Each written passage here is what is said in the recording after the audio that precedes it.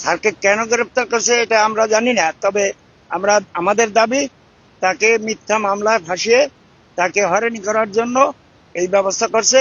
উনি এই সমস্ত কর্মকাণ্ডের সাথে কখনো জড়িত ছিলেন না, এখনো নাই, এবং তার আমরা নিঃস্বার্থ মুক্তি চাই। স্থানীয় লোক, লখনদা উচ্চ বিদ্যালয় প্রধান শিক্ষক আমাদের ন্যায্য কোনো রাজনীতি করে না, সে কোনোদিন না, সে আমাদের প্রিয় লোক।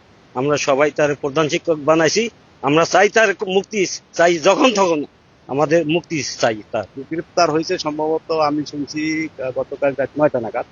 কিন্তু আমরা জানি সারা একজন শান্তিপ্রিয় লোক, এলাকার মানে যত আমরা মুরব্বী আছে সবাই শান্তি কামনা করে এবং ছেলেপিলে শান্তি কামনা করে, তাই উনি অনর্থক ভাবে এই মামলায় জড়াইছে যে কোনো প্রকারে, কিন্তু আমরা নিঃশর্তভাবে তার মুক্তির দাবি করছি। তার খুবই দক্ষ একজন ব্যক্তি, আমাদেরকে সব সময় ছেলে মেয়েদের মতো করে দেখে।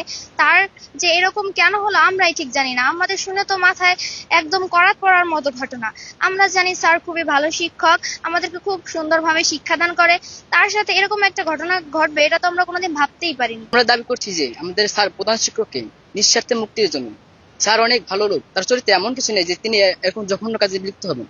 আমি জানি না আসলে তাকে কি মামলায় দণ্ডিত করা হয়েছে, কিন্তু এটা অবশ্যই বলতে পারি তিনি এরকম কোনো কাজ করেননি। আমি এই লখনদা স্কুলের প্রধান শিক্ষক বাবু যুগল চন্দ্র তালুকদারকে কি মামলায় গ্রেপ্তার করা হয়েছে জানি না।